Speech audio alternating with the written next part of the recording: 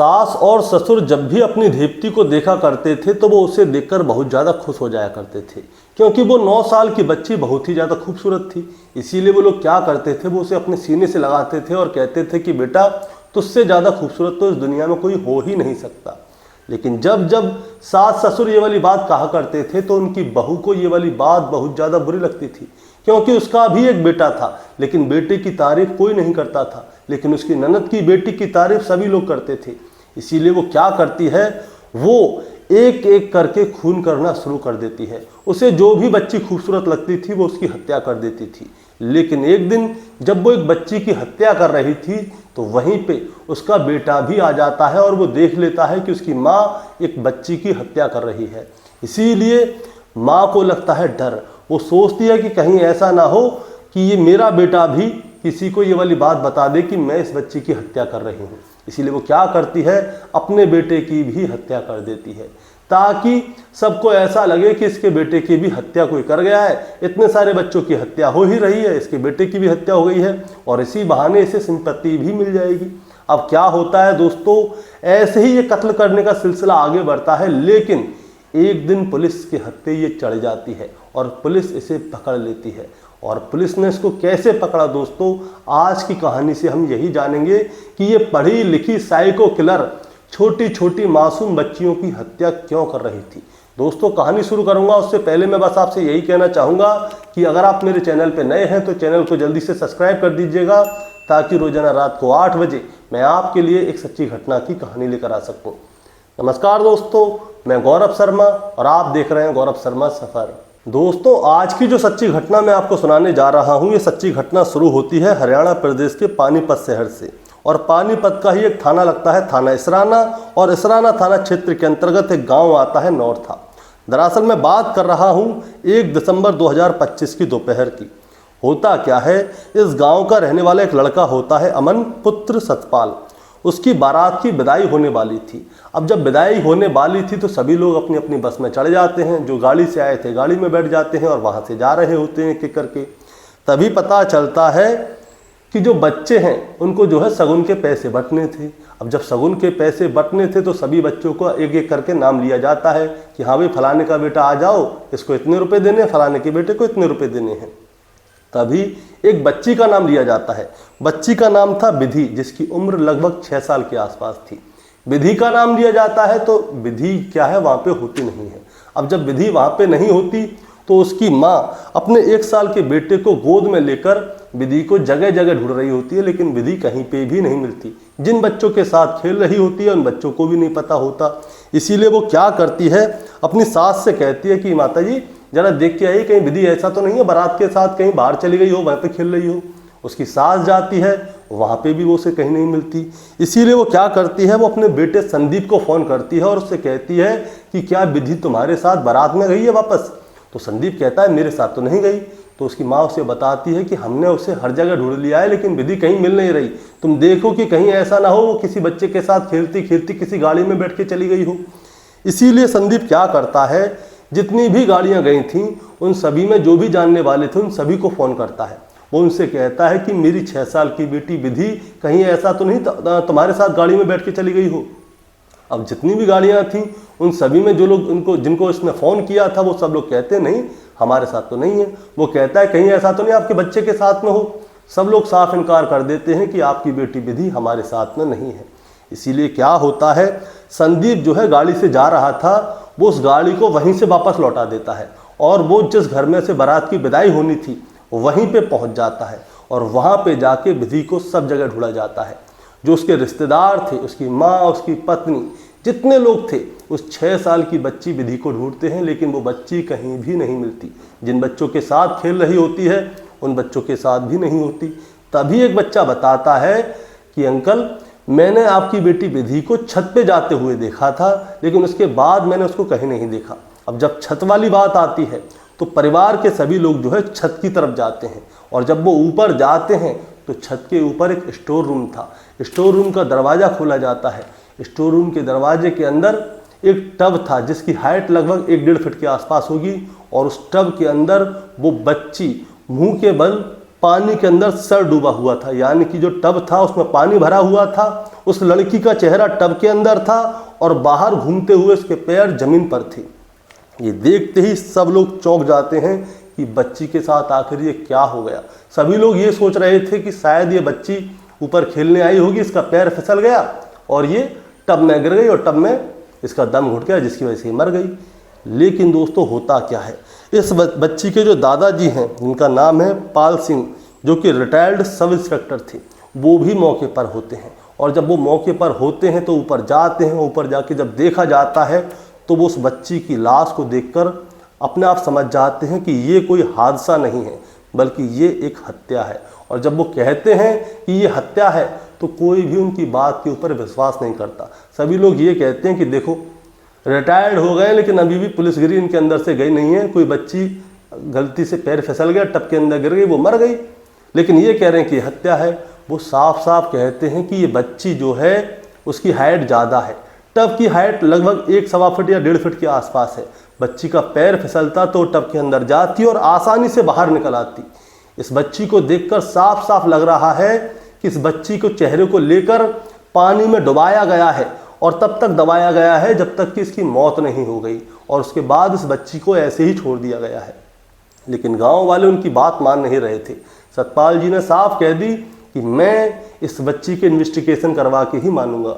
वो तुरंत क्या करते हैं, तुरंत ही पुलिस को फ़ोन करते हैं। पुलिस मौके पर पहुंचती है और मौके पर जब पुलिस पहुंचती है तो ये वाली चीज़ देखकर वो भी चौंक जाते हैं और वो भी यही कहते हैं पुलिस वाले कि इस बच्ची की हत्या की गई है, ना कि इसको मारा गया, ना कि इसके साथ कोई हादसा हुआ है। अब जब ये वाली बात सामने आती है तो सब लोग चौंक जाते हैं कि आखिर इस 6 साल की बच्ची की हत्या कौन कर सकता है। आखिर इस 6 साल की बच्ची से किसको क्या दुश्मनी है कि इस बच्ची की हत्या कर दी। अब इसके बाद क्या होता है, परिवार में और शादी वाले घर में जितने लोग होते हैं उन सभी से पूछताछ होती है। और जब पूछताछ होती है तो एक महिला होती है, वो कहती है कि आप ऐसा कीजिए, पूनम से पूछिए। दरअसल पूनम जो है नवीन की पत्नी है, जिसकी उम्र 32 साल है और सोनीपत के भावड़ गांव की रहने वाली है। आप उससे पूछिए, क्योंकि मैंने उसी को ऊपर से नीचे आते हुए देखा था और उसके कपड़े जो हैं गीले थे। अब ये वाली बात सब जब सामने आती है तो उससे पूछा जाता है कि आपने उससे ये नहीं पूछा कि उसके कपड़े गीले क्यों हैं, तो वो बताती है कि इसको जो है पीरियड आ रहे हैं, इसकी वजह से उसके कपड़े गीले हैं, उसने जो साफ सफाई की होगी, जो भी किया होगा। लेकिन एक दूसरी औरत बताती है कि पूनम से जब उसने पूछा कि उसके कपड़े गीले क्यों हैं तो उसने बताया कि उसके ऊपर दूध गिर गया था और उसने जो है दूध को साफ किया है। अब दो औरतों के अलग अलग जवाब, क्योंकि एक को बताया पीरियड आ रहे हैं और दूसरी को बताया कि दूध गिर गया है। अब पुलिस को जो है शक हो जाता है और जब शक होता है तो पूनम से पूछा जाता है, उससे पूछताछ होती है। तो पूनम कहती है कि साहब मेरे पीरियड आ रहे थे इसलिए मैंने धोया था, फलान हो गया था, ढिकान हो गया। अब पुलिस ने उससे 1 बार पूछताछ की, 2 बार पूछताछ की, 3 बार पूछताछ की, 4 बार पूछताछ की, और जितनी बार उससे पूछताछ की गई उतनी बार ही पूनम ने जो है अपना बयान बदला। और जब जब पूनम बयान को बदल रही थी उसकी जवान लड़खड़ा रही थी, और जब उसकी जवान लड़खड़ा रही थी तो पुलिस का शक जो है यकीन में बदल जाता है। इसके बाद पुलिस वाले जो है पूनम के साथ में सख्ती बरतते हैं, और जब उसके साथ में सख्ती बरतते हैं तो वो कहती है कि हाँ साहब मैंने ही इस 6 साल की बच्ची की हत्या की है। और जब उससे पूछा जाता है कि तुमने इस 6 साल की बच्ची की हत्या क्यों की है, तो पूनम बताती है कि ये कोई पहला कत्ल नहीं है, मैंने इससे भी पहले कई और भी कत्ल किए हैं। अब उससे पूछा जाता है कि तुमने इतने कत्ल क्यों किए, तो वो बताती है कि मेरा जो बेटा है सुंदर नहीं था, इसीलिए मुझे ये वाली बात बुरी लगती थी कि कोई और बच्चा भी सुंदर है, और सब लोग उनकी तारीफ करते थे। दरअसल इसने जो है पहला कत्ल कब किया, इसने पहला कत्ल किया था 13 जनवरी 2023 को। होता क्या है, पानीपत का एक गांव होता है गंगनाना, वहाँ पे इसकी सगी ननद पिंकी की शादी हुई होती है, और 13 जनवरी 2023 को वो इसके गांव भावड़ आई होती है, जहाँ पे इसके साथ उसकी 9 साल की बेटी ईस्का होती है। और ईस्का देखने में बहुत सुंदर होती है, और वो जब घर में खेला करती थी तो नाना नानी उसको पकड़ते थे, उसके सीने से लगा लेते थे और उससे कहते थे कि बेटा तुम बहुत खूबसूरत हो और तुमसे ज़्यादा सुंदर इस दुनिया में कोई नहीं है। लेकिन जो इसका बेटा था जिसका नाम है शुभम, वो देखने में थोड़ा सुंदर कम था और उसके बेटे की कोई भी तारीफ नहीं करता था, इसीलिए इसको ये वाली बात बहुत ज़्यादा बुरी लगती थी कि मेरे बेटे की तारीफ कोई नहीं कर रहा है और ननद की बेटी आई है उसकी सब लोग तारीफ कर रहे हैं। इसीलिए क्या होता है, वो मौका तलाशती है कि वो ईशिका की हत्या करेगी। और जब घर में कोई नहीं होता तो वो क्या करती है, ईशिका को लेकर छत पे चली जाती है और छत पे पानी का टैंक होता है, वो ईशिका को पकड़ती है गर्दन की तरफ, गले की तरफ से, और उसके सर को पानी के टैंक में डुबा देती है और तब तक डुबाती है जब तक कि ईशिका मर नहीं जाती।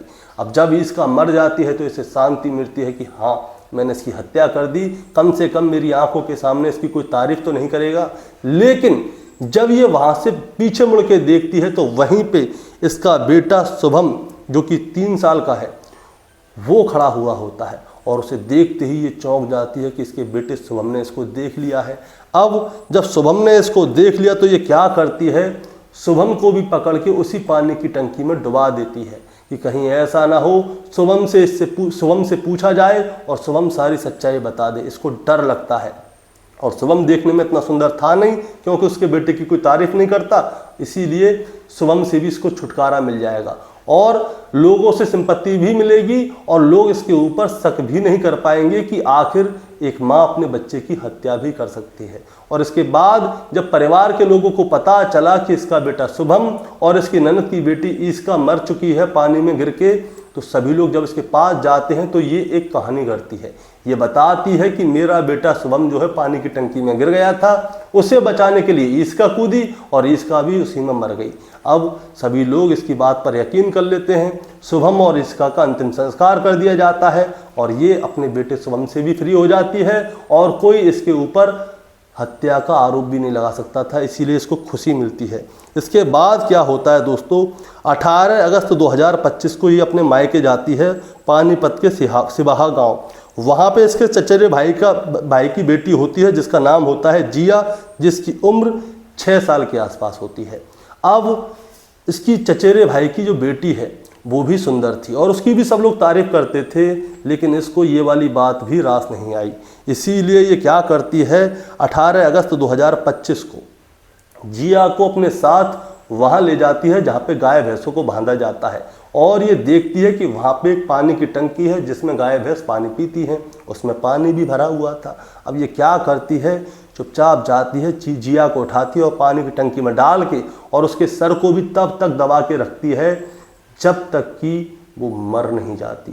अब जब ये मर जाती है तो ये वहाँ से चुपचाप निकल आती है और जब ये वहाँ से चुपचाप निकल के आती है तो गांव के लोग, इसका चचेरा भाई, इसकी भाभी, सब लोग बहुत ज़्यादा परेशान होते हैं कि ऐसा कैसे हो गया कि बच्ची उस पानी की हौदी में गिर गई जिसमें गाय भैंस पानी पीते हैं और उसमें मर गई।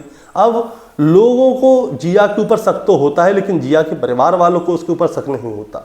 वो कहते हैं कि आखिर हमारी बेटी ऐसा कैसे करेगी, वो आखिर बच्चियों को क्यों मारेगी, उसका बेटा भी तो ऐसे ही मरा था।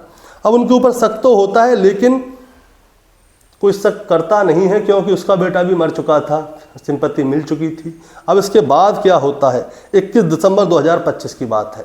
21 दिसंबर 2025 को ये शादी में गई थी, वहाँ पे भी इसको 6 साल की बच्ची विधि मिली थी। अब बारात की विदाई होनी थी और ये उस बच्ची को मारने के प्लान में बैठी थी कि कैसे इसको मारे, कब इसको मौका मिले। और जब इसको मौका मिला तो इसने 6 साल की बच्ची को ऊपर बुला लिया, लेकिन जिस समय पे इसने उस बच्ची को ऊपर बुलाया था उस समय पे जिन बच्चों के साथ ये खेल रही थी बच्ची, उन बच्चों ने देख लिया कि विधि छत पे गई है। इसी की वजह से पता चल पाया कि विधि छत पे गई है। और जब बच्ची का नाम बोला गया था शगुन के पैसे देने के लिए, उस समय पे वो वहाँ पे नहीं थी। ढूंढा तलाश हुआ, उसका तलाश करना शुरू हुआ लड़की का, तो तलाश में मिली नहीं। लेकिन जिस समय ये उस बच्ची की हत्या करके ऊपर से नीचे आ रही थी तो उस घर की औरतों ने इसको देख लिया, पूनम को, और इससे पूछा कि तुम्हारे कपड़े गीले क्यों हैं। दरअसल इसने उस 6 साल की बच्ची विधि को सर के बल उस टब में डुबा दिया था। वो झटपटाई होगी और जब वो झटपटाई होगी तो पानी उछला होगा, पानी उछला होगा तो इसकी साड़ी पे भी आ गया। लेकिन ये इतनी बेदर्द थी औरत, इसने उस बच्ची को उसमें दबा के रखा, उसकी हत्या कर दी। जब तक उसको दबा के रखा जब तक कि वो मर नहीं जाए, जिसकी वजह से इसके ऊपर पानी आ गया और पानी आ गया तो जो है ये गीली हो गई। अब नीचे आती है तो एक महिला ने इससे पूछा कि क्यों गीली हो, कपड़े कैसे गीले हो गए, तो इसने बताया कि पीरियड आ गए थे इसकी वजह से गीले हैं। दूसरी महिला ने पूछा तो उससे बोल दिया कि मेरे ऊपर दूध फैल गया था, और यही एक शक की वजह बन गया था और शक की वजह से पुलिस ने इसको पकड़ लिया और पकड़ के गिरफ्तार कर लिया। अब दोस्तों गिरफ्तार भी कर लिया है और इसको जेल भी भेज दिया है। इसके बाद में पूनम के बारे में जानकारी ली जाती है कि ये आखिर पूनम ऐसा क्यों करती है। तब बताया गया कि साल 2019 में इसकी शादी हुई थी, जब इसने एमए किया हुआ था, और उसके बाद शादी के बाद में इसने जो है बीएड की, ससुराल से ही पढ़ाई की थी, इसने बीएड भी किया था। अब जब बीएड किया था तो इसको एक बेटा हुआ तो वो थोड़ा कम सुंदर था। अब बेटा कम सुंदर था तो उसकी कोई तारीफ नहीं करता था। इसकी निगाह में इसी का बेटा सुंदर नहीं था, नहीं तो माँ की निगाह में तो उसका बेटा कैसा भी हो सुंदर ही होता है। बहुत सी माँ तो अपने बेटे का नाम भी सुंदर रख देती हैं अगर वो सुंदर ना हो। लेकिन इसको ये वाली बात बहुत बुरी लगती थी कि इसके बेटे की तारीफ कोई नहीं करता, बाकी सारे बच्चों की तारीफ दुनिया करती है। इसीलिए ये क्या करती थी, इसने अपने बेटे की भी हत्या कर दी, अपने ननद के बच्चे की हत्या कर दी, चचेरे भाई की बच्ची की भी हत्या कर दी। और जब इसने जिया की हत्या की थी दोस्तों, तब की बता देता हूँ, जब इसने जिया की हत्या की थी 6 साल की बच्ची की 1 दिसंबर 2025 को, तब इसका दूसरा बेटा, जो कि एक छोटा बेटा और था इसका, वो 18 महीने का था। अब पूनम तो चली गई है जेल, अब उसका 18 महीने के बच्चे के साथ क्या होगा क्या नहीं होगा ये तो ऊपर वाला ही जाने। एक और बात की जानकारी मिली थी, 3 साल पहले विधि ने जो है विधि के ऊपर जो है पूनम ने खौलती हुई चाय भी फैला दी थी। और जब इससे पूछा गया था तो पूनम ने बताया कि मेरा पैर स्लिप हो गया था, जिसकी वजह से विधि के ऊपर चाय फैल गई, जिस बच्ची की 1 दिसंबर को इसने हत्या की है। लेकिन दोस्तों इसके मन में क्या चल रहा था किसी को इस बात के बारे में कुछ भी पता नहीं है। इसने दोस्तों टोटल अब तक 4 कत्ल कर दिए हैं, और 4 कत्ल करने के बाद ये ऐसे घूम रही थी कि जैसे किसी को पता नहीं चल पाएगा। लेकिन अगर वो बच्चे उसको विधि को ऊपर जाते हुए नहीं देखते, या जो महिलाएं हैं जो शादी में आई हुई थी वो इससे नहीं पूछती कि इसके कपड़े गीले क्यों हैं, तो इसका खुलासा अभी तक नहीं होता और ये खुलेआम घूम रही होती और दूसरे बच्चों की भी हत्या करती। दोस्तों इस कहानी को सुनाने का मतलब आपको परेशान करना या विचलित करना बिल्कुल नहीं है, बस आपको बताना है और जताना है। इससे पूछा गया था कि क्या तुम्हारे निशाने में कोई और बच्चा भी था जिसकी तुम हत्या करना चाहती थी, तो ये बताती है कि जो मेरा 18 महीने का बच्चा था मैं उसकी भी हत्या करना चाहती थी। इसका एक क्या कहते हैं, इसके एक रिश्तेदार की बच्ची भी थी, ये उसकी भी हत्या करना चाहती थी, लेकिन अभी उस बच्ची का नाम सामने आया नहीं है। इसके बाद क्या होता है दोस्तों, बताया गया है कि एक पड़ोसी की आत्मा इसके अंदर आ जाती है और ये बहुत जोर जोर से चीखती थी, चिल्लाती थी और साफ साफ कहती थी कि मैंने 3 हत्याएं की हैं। लेकिन कोई भी इसकी बात का विश्वास नहीं करता था। और उत्तर प्रदेश में एक जगह है केराना का एक तांत्रिक भी इसके संपर्क में था। अब वो केराना का तांत्रिक इसके संपर्क में क्यों था, क्या था, जब वो तांत्रिक पुलिस के हत्थे चढ़ेगा तब जाके दोस्तों पता चलेगी कि आखिर पूरी वजह क्या थी। बच्चा सुंदर कम था इसकी वजह से इसने हत्या की थी, या इसके अंदर कोई भूत प्रेत आ जाता था उसकी वजह से इसने हत्या की थी, या फिर उस तांत्रिक ने इसे कोई ऐसी प्रक्रिया बताई थी कि तुम बच्चों की बलि दो, उसके बाद तुम्हें ये मिलेगा वो मिलेगा, या कोई लालच दिया होगा, उसकी वजह से इसने हत्या की थी। वो जब तांत्रिक हत्थे चढ़ेगा तब जाके पता चलेगा। दोस्तों आपका क्या कहना है इस कहानी के बारे में, आप जरा हमें कमेंट में बताएं। चैनल पे नए हैं तो सब्सक्राइब करके जाएं ताकि रोजाना रात को 8 बजे मैं आपके लिए एक सच्ची घटना की कहानी लेकर आ सकूं। नमस्कार।